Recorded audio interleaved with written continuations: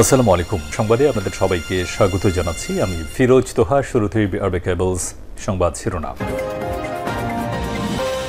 বাংলাদেশের সর্বশেষ গুরুত্বপূর্ণ আপডেট সংবাদে আপনাকে স্বাগত। শুরুতেই সংবাদ শিরোনাম, পরে বিস্তারিত। শুরুতেই জানিয়ে দিব, শেখ হাসিনা কাদের সহ 24 জনের নামে ছাত্র হত্যার অভিযোগে মামলা। এরপর জানিয়ে দিব, গুমের সঙ্গে জড়িতদের গ্রেপ্তারে 24 ঘন্টার আলটিমেটাম। জানিয়ে দিব, সালমান এফ রহমান এবং আনিসুল হকের 10 দিনের রিমান্ড চেয়েছে পুলিশ। আজ ঢাকা মেট্রোপলিটন ম্যাজিস্ট্রেট মোহাম্মদ মইনুল রশিদের আদালতে এ বিষয়ে শুনানি অনুষ্ঠিত হবে। এদিকে ভুয়া মুক্তিযোদ্ধাদের ব্যাপারে আজ একটা সিদ্ধান্ত নেওয়া হবে। ভুয়া মুক্তিযোদ্ধাদের তালিকার বিষয়ে আজই আলোচনা এবং সিদ্ধান্ত হবে বলে জানিয়েছে অন্তর্বর্তীকালীন সরকারের মুক্তিযোদ্ধা বিষয়ক মন্ত্রণালয়ের উপদেষ্টা ফারুক আজম। এদিকে মূল্যস্ফীতি নিয়ন্ত্রণে সব ধরনের পদক্ষেপ নেওয়া হচ্ছে বললেন অর্থ উপদেষ্টা ডক্টর সালেউদ্দিন আহমেদ বলেছেন, মূল্যস্ফীতি নিয়ন্ত্রণের সব ধরনের পদক্ষেপ নেওয়া হচ্ছে। এটি ঘোড়ার লাগাম টানার মতো নয়। মূল্যস্ফীতি নিয়ন্ত্রণে যৌক্তিক সময় লাগবে। এবং সর্বশেষ জানিয়ে দিব, শেখ হাসিনার অভিযোগ হাস্যকর বলছে মার্কিন যুক্তরাষ্ট্র। হোয়াইট হাউসের পর মার্কিন পররাষ্ট্র দপ্তরও বাংলাদেশের সাবেক প্রধানমন্ত্রী শেখ হাসিনার পদত্যাগের পেছনে যুক্তরাষ্ট্রের জড়িত থাকার বিষয়ের দাবি প্রত্যাখ্যান করেছে। তারা বলছে, শেখ হাসিনার পতনের পেছনে যুক্তরাষ্ট্রের ভূমিকা রয়েছে। এ দাবি মিথ্যাচার এবং হাস্যকর। প্রিয় দর্শক, এতক্ষণ শুনছিলেন সংবাদ শিরোনাম, এবারে বিস্তারিত।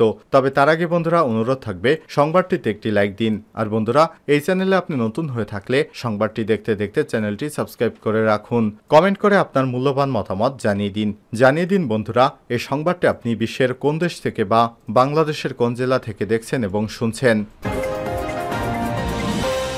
শেখ হাসিনা কাদের সহ 24 জনের নামে ছাত্র হত্যার অভিযোগে মামলা। রাজধানীর কাফরুল থানাধীন ঢাকা মডেল ডিগ্রি কলেজের দ্বাদশ শ্রেণীর শিক্ষার্থী ফয়জুল ইসলাম রাজনকে 18 গুলি করে হত্যার অভিযোগে সাবেক প্রধানমন্ত্রী শেখ হাসিনা সহ 24 জনের বিরুদ্ধে মামলা করা হয়েছে।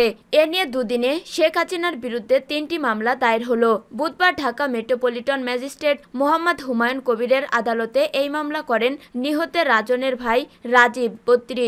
আদালত বাদীর জবাববন্দি গ্রহণ করে কাফরুল থানাকে এজাহার হিসেবে গ্রহণের নির্দেশ দেন। সুপ্রিম কোর্টের আইনজীবী তাজুল ইসলাম বিষয়টি নিশ্চিত করেছেন। মামলার অপর আসামিরা হলেন সাবেক প্রধানমন্ত্রী শেখ হাসিনা, সাবেক সেতুমন্ত্রী ওবায়দুল কাদের, সাবেক স্বরাষ্ট্রমন্ত্রী আসাদুজ্জামান খান কামাল, সাবেক আইনজীবী আনিসুল হক, সাবেক বস্ত্র ও পাটমন্ত্রী জাহাঙ্গীর কবির নানক, সাবেক পররাষ্ট্রমন্ত্রী হাসান মাহমুদ, সাবেক তথ্য প্রতিমন্ত্রী মোহাম্মদ এ আরাফাত, সাবেক প্রধানমন্ত্রীর উপদেষ্টা সালমান এফ রহমান, সাবেক সংসদ সদস্য মইনুল হোসেন খান নিখিল, সাবেক ঢাকা উত্তর আওয়ামী লীগের সাধারণ সম্পাদক এম এ মান্নান কোচি, স্বেচ্ছাসেবক লীগের সভাপতি গাজী মেজবাউল হক সাচ্চু, সাবেক সংসদ সদস্য কামাল আহমেদ মজুমদার, সাবেক আইজিপি চৌধুরী আবদুল্লাহ আল মামুন, অতিরিক্ত আইজিপি ও র্যাবের সাবেক মহাপরিচালক হারুনুর রশিদ, সাবেক ডিএমপি কমিশনার হাবিবুর রহমান, ডিবির সাবেক প্রধান হারুনুর রশিদ,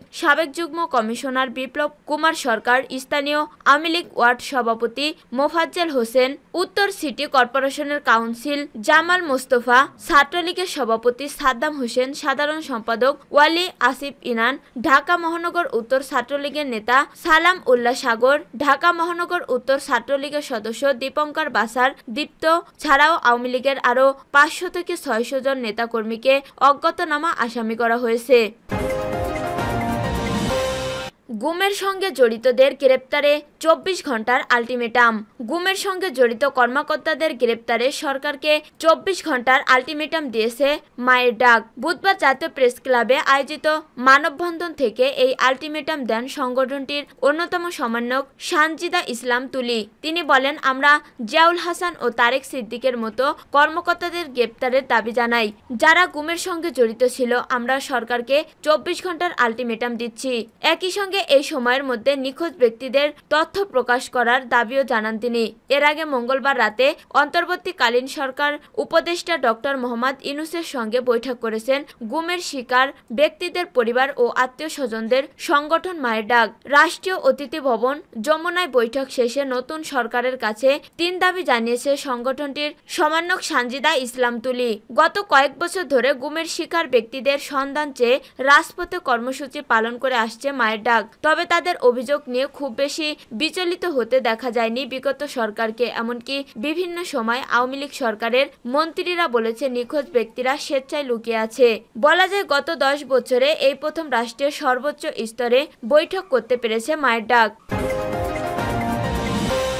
সালমান এফ রহমান ও আনিসুল হকের 10 দিনের রিমান্ড চেয়েছে পুলিশ। সালমান এফ রহমান ও আনিসুল হকের 10 দিনের রিমান্ড চেয়েছে police. Dhaka metropolitan magistrate Mohammad Mamunur রশিদের আদালতে এই বিষয়ে শুনানি অনুষ্ঠিত হবে। নৌপথে পালানোর সময় গতকাল মঙ্গলবার রাতে কোস্টগার্ডের হাতে গ্রেপ্তার হন শেখ হাসিনা সরকারের বেসরকারি শিল্প ও বিনিয়োগ বিষয়ক উপদেষ্টা সালমান এফ রহমান ও সাবেক আইনমন্ত্রী আনিসুল হক। এরপর পুলিশের মাধ্যমে একই দিন রাত 10টার দিকে রাজধানীর মিন্টো রোডের ডিবি কার্যালয়ে নেওয়া হয় তাদেরকে। সেখানে রাতভর তাদের সঙ্গে ঘটে নানা কাহিনী। জানা গেছে রাতভর ডিবি অফিসের হাজতখানায় ছিলেন সালমান এফ রহমান এবং আনিসুল হক। ছিল না কোনো বিশেষ ব্যবস্থা। আসামিদের জন্য নির্ধারিত স্বাভাবিক খাবার খেতে দেওয়া হয় তাদের। এছাড়া ভিআইপি আসামির ক্ষেত্রে মাঝে মাঝে বিশেষ ব্যবস্থা রাখে গোয়েন্দা পুলিশ। কখনো কখনো পরিবার থেকে পাঠানো খাবার খেতে দেওয়া হয়, বিছানায় ঘুমোতে দেওয়া হয়। কিন্তু সালমান এফ রহমান এবং আনিসুল হকের ক্ষেত্রে এসব কিছুই হয়নি। অন্য আসামিদের মতো হাজতের মেঝেতেই ঘুমাতে হয় তাদেরকে।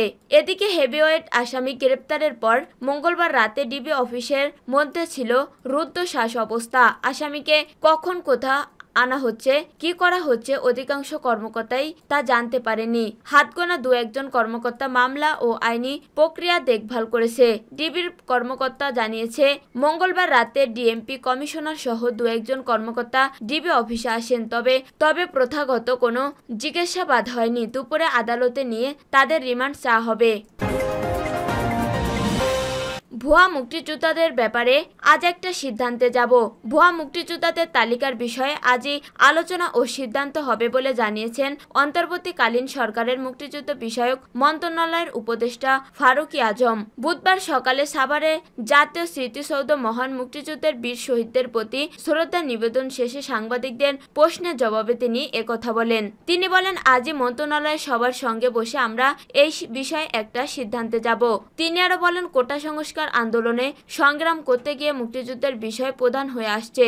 জাতীয় ও আন্তর্জাতিকভাবে মুক্তিযোদ্ধাদের ভাবমূর্তি ক্ষুণ্ণ হয়েছে। একটা সুবিধাভোগী শ্রেণী হিসেবে মুক্তিযোদ্ধাদের চিহ্নিত করেছে বিগত স্বৈরাচারী ব্যবস্থা। সে কারণে মুক্তিযোদ্ধাদের বীরত্ব ও আত্মত্যাগকে পুনর্গঠনের জন্য সত্যিকার মুক্তিযোদ্ধাদের মতামত নিয়ে আমরা সামনের দিকে এগিয়ে যাব। সাম্প্রতিক সময়ে সরকারি চাকরিতে কোটা সংস্কার নিয়ে আন্দোলনে উত্তাল ছিল সারা দেশ। সেই আন্দোলনে ক্ষমতাসীন আওয়ামী লীগের পেটুয়া বাহিনী, ছাত্রলীগ, যুবলীগ ও আইন শৃঙ্খলা বাহিনীর হামলায় নিহত হয় কয়েকশো শিক্ষার্থী। শিক্ষার্থীদের আন্দোলনে তোপের মুখে পড়ে গত 5ই আগস্ট দেশ থেকে পালিয়ে যায় প্রধানমন্ত্রী শেখ হাসিনা। প্রধানমন্ত্রী দেশ থেকে পালিয়ে যাওয়ার পর গত 8ই আগস্ট দায়িত্ব নেয় নোবেলজয়ী ডক্টর মোহাম্মদ ইউনূসের নেতৃত্বাধীন 17 সদস্যের উপদেষ্টা কমিটি। মূল্যস্ফীতি নিয়ন্ত্রণে সব ধরনের পদক্ষেপ নেওয়া হচ্ছে বললেন অর্থ উপদেষ্টা।